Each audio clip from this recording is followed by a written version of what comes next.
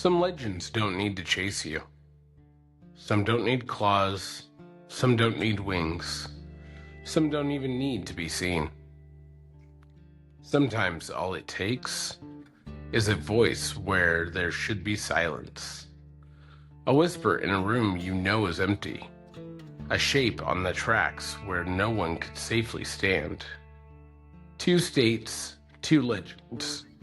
Two stories that turn ordinary places into the kind you never look at the same way again. A farmhouse in Tennessee, a trestle in Kentucky. One lets fear into the home.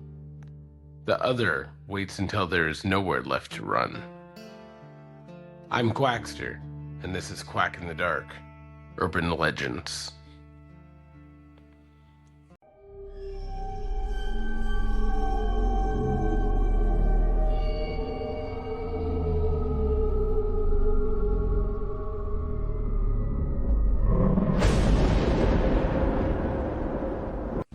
Welcome back. This season, we're crossing America through the legends people still tell like warnings. Not like strange stories. Warnings. The kind tied to houses, roads, woods, bridges, and places where something happened once, or enough people believe it did, that the fear never really left. Tonight's episode is called Voices in the Dark. First, we head to Tennessee, where one of the most famous hauntings in America folklore still clings to the land, the Bell Witch. Then we cross into Kentucky, where a horned figure said to haunt a railroad trestle turned a real place into a nightmare, the Pope-Lick Monster. One is a voice that enters the house. The other is a presence waiting on the tracks. And both legends ask the same question. What do you do when the thing you fear is already exactly where you are? So keep the lights low, listen carefully, and if something calls out from the dark, make sure you know what's doing the talking. The knocking started just after midnight. Betsy Bell lay still beneath the blanket, eyes open in the dark, listening to the sound traveling through the room.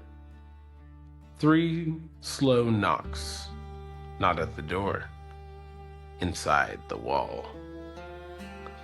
She held her breath and waited for her father to move in the next room, or for the house to settle, or for anything ordinary to explain what she had heard. Nothing, only silence. Then the knocking came again, this time from the far side of the room.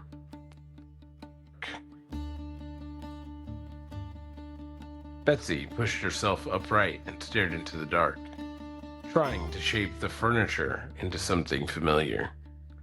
The room smelled like cold wood and lamp smoke. Moonlight barely touched the edge of the floor through the window. Everything was exactly where it should have been, except that sound. A scraping now. Soft, deliberate, like fingernails dragged slowly along the outside of the bed frame. Her throat tightened. She whispered for her mother. No answer. She tried again, louder this time. That was when the voice spoke. Not loud, not shrieking, just close. So close it felt like someone had leaned down beside the bed and spoken directly into the dark. A woman's voice. Dry, calm, certain. Betsy. She screamed then, the kind of scream that empties lungs all at once and leaves the whole house awake around it. Footsteps hit the floor in the next room. Her father rushed in holding a lamp. Her mother behind him, both of them searching corners, walls, the window, beneath the bed. There was no one there. No open door, no broken latch, no place for anyone to hide. only Betsy shaking so hard she could barely point to where the voice had come from. And as the family stood there, listening, trying to force reason back into the room, something struck the bedpost from the darkness. Once hard, then again. That is how legends like this begin.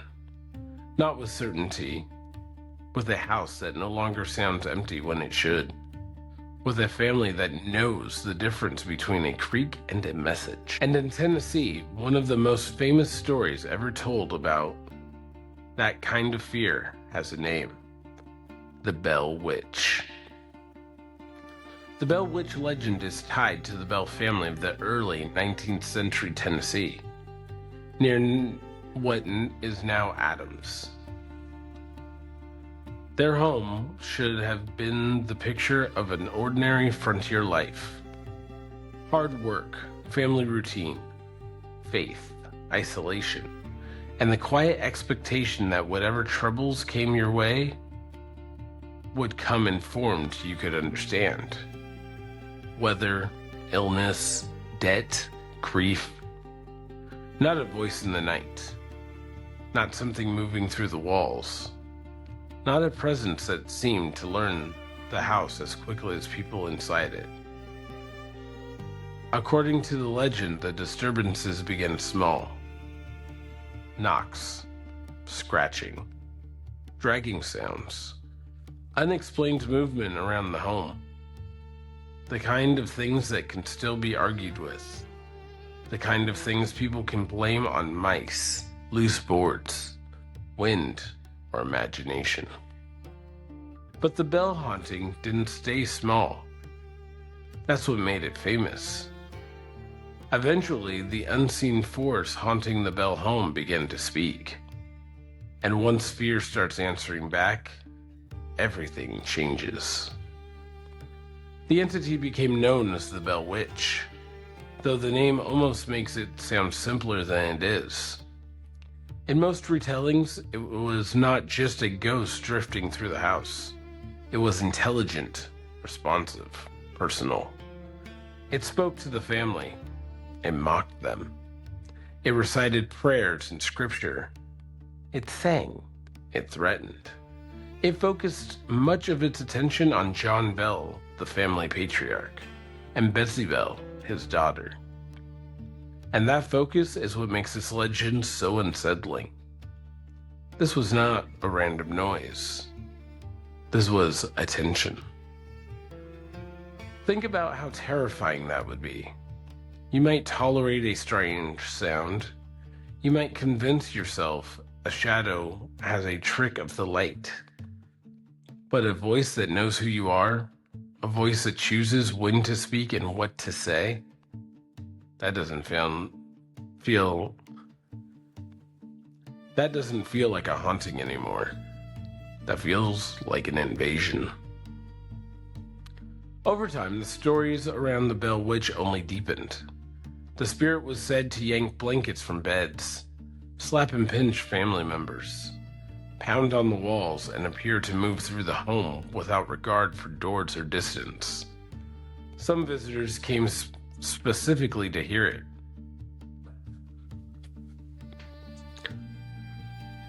Some claimed they did. Others left convinced something was wrong in a way the ordinary life could not explain. That matters, because once outsiders begin claiming they witnessed the same thing, the story stops being private. It becomes local truth. And local truth is one of the strongest fuels folklore has. The Bell Witch survived because it combined several fears at once.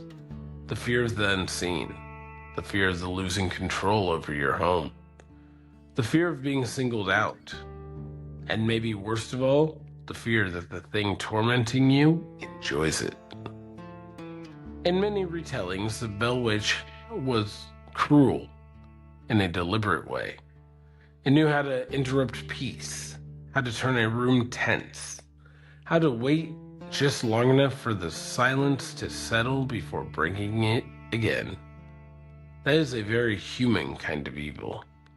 And maybe that's why the legend has lasted. Because it doesn't feel like a random paranormal noise. It feels like intent. Some versions go even darker.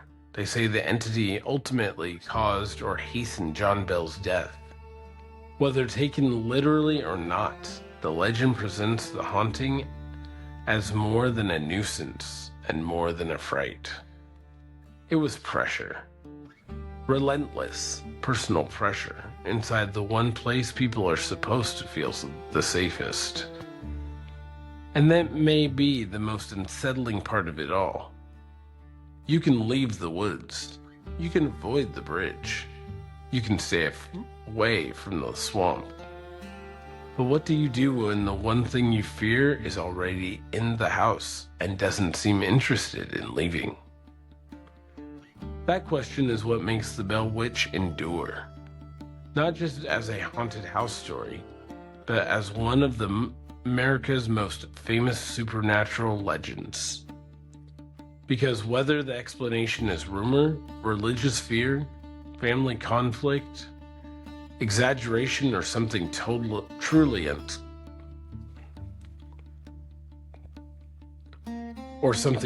unexplained, the emotional core stays the same.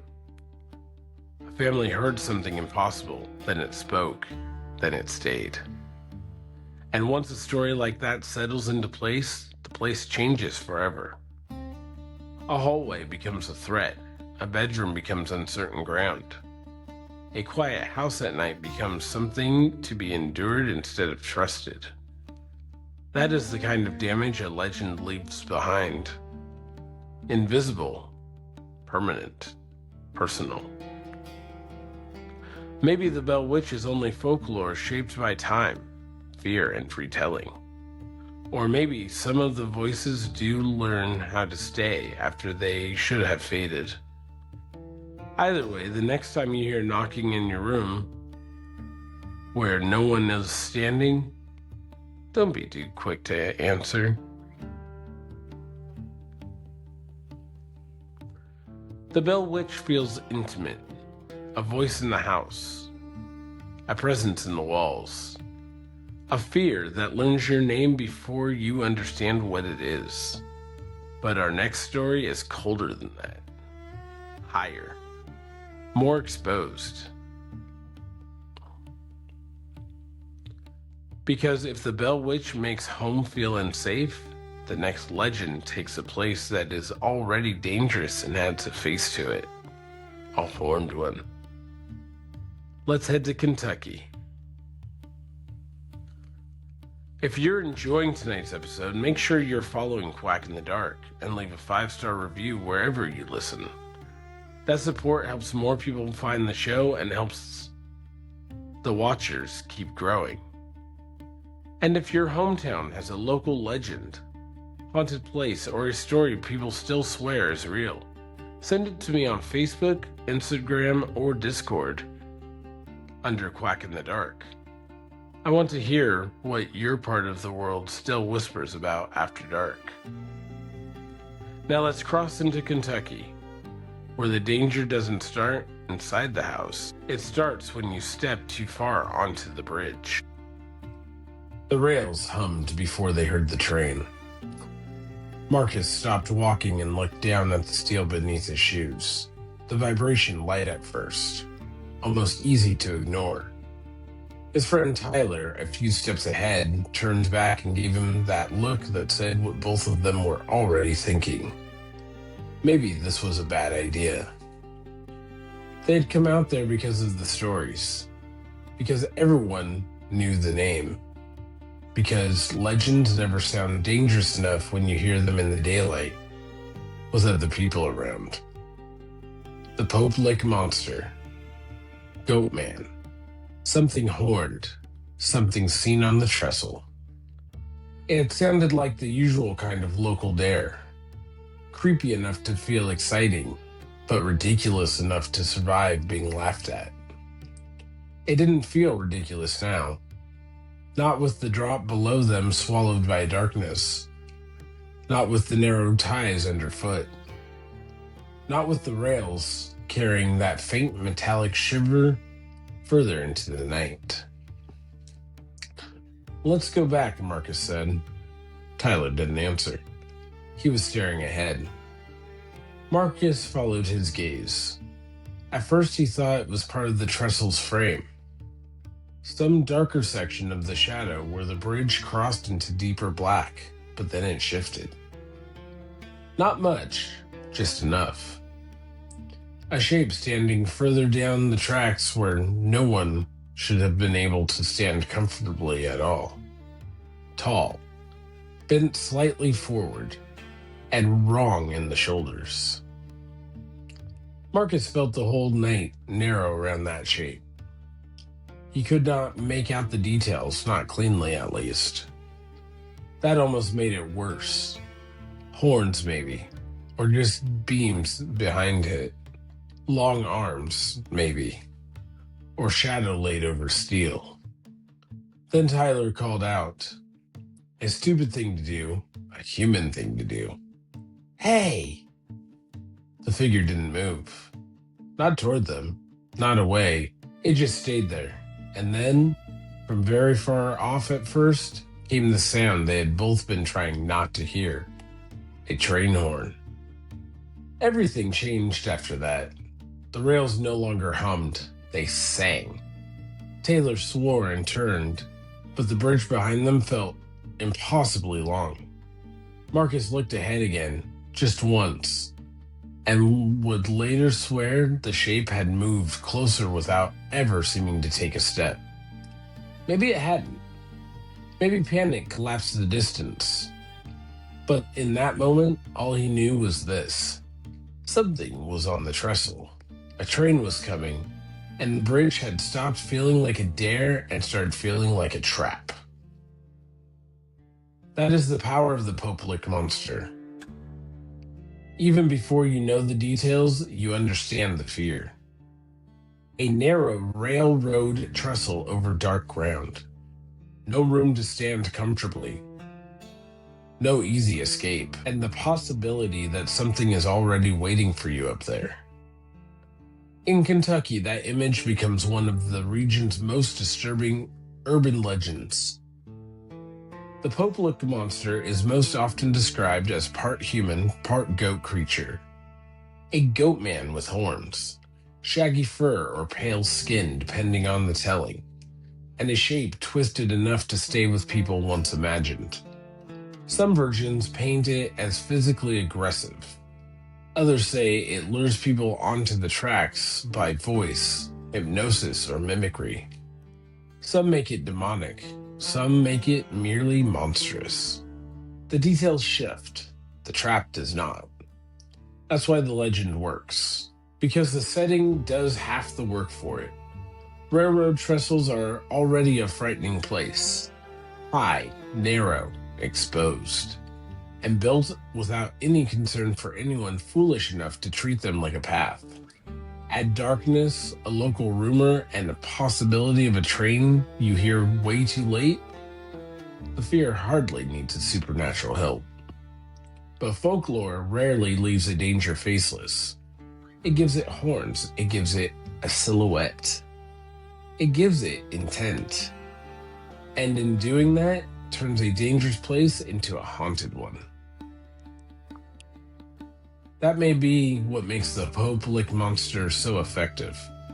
It feels ancient and modern at the same time. Ancient because horned figures, goat men, and hybrid creatures have haunted folklore for centuries. There's something deeply old in the image of a part human thing with animal features watching from a boundary place. Modern because the boundary place is not a forest clearing or ruined church. It is steel, wood, industry, a railroad bridge. The collision gives the legend weight. A devil on infrastructure, a monster at the crossing point between myth and machinery.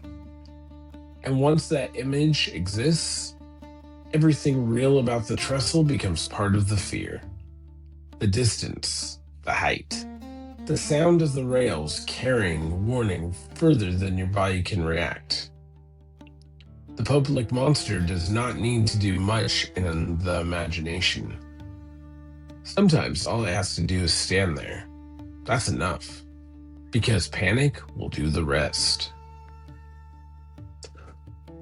Many legends survive because they decorate danger. This one survives because it embodies it. The creature becomes the face of a bad decision, trespassing, thrill-seeking, and the fatal human habit of wanting to get just a little closer to whatever scares us. Whether it was ever seen by anyone in the way the legend claims almost becomes secondary. Because the story performs a function. It warns. Don't go up there. Don't test the place. Don't assume you'll have time. And if you think you're seeing something ahead of you on the tracks, don't wait long enough to decide whether it's real.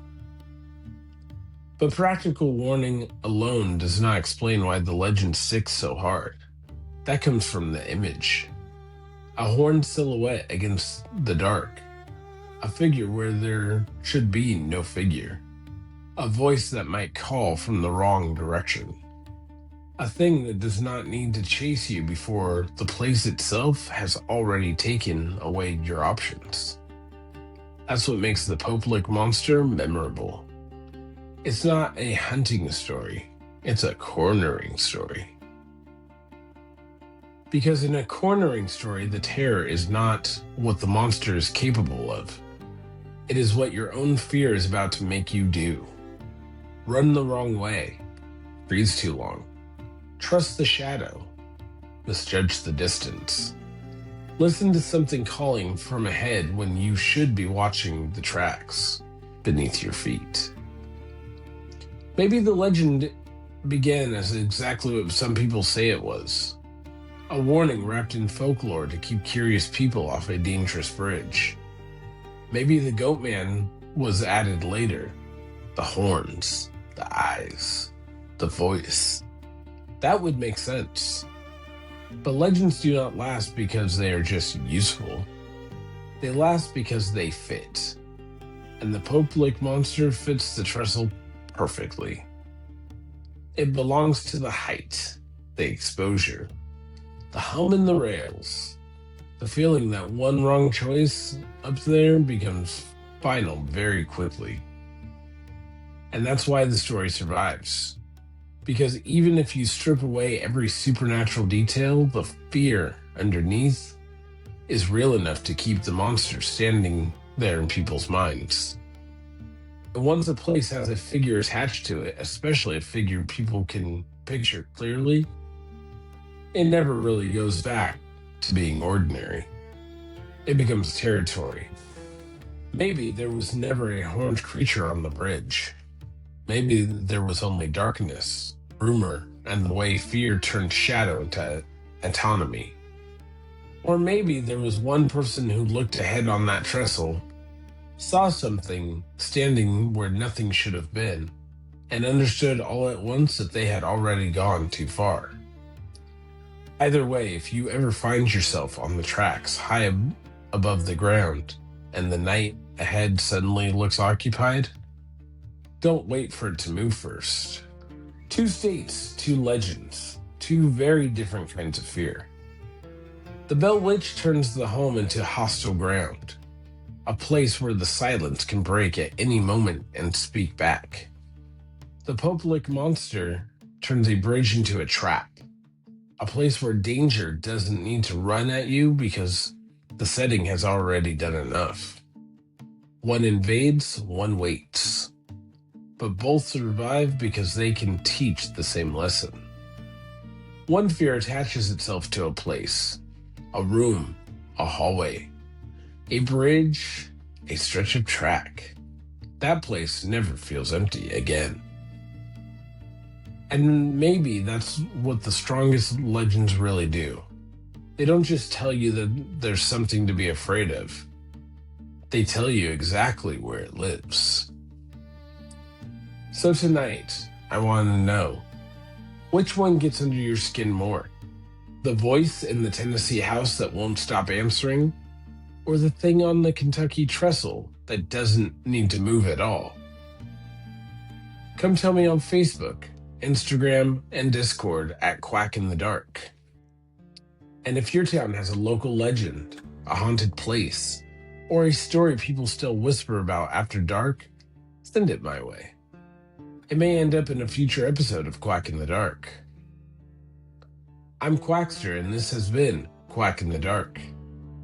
Keep the lights low. Trust the warnings in your gut.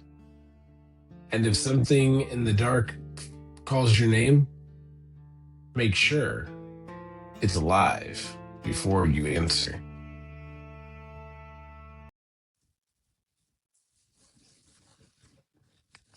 Keep the lights low. Trust the warning in your gut. And if something in the dark calls your name, make sure it's alive before you answer.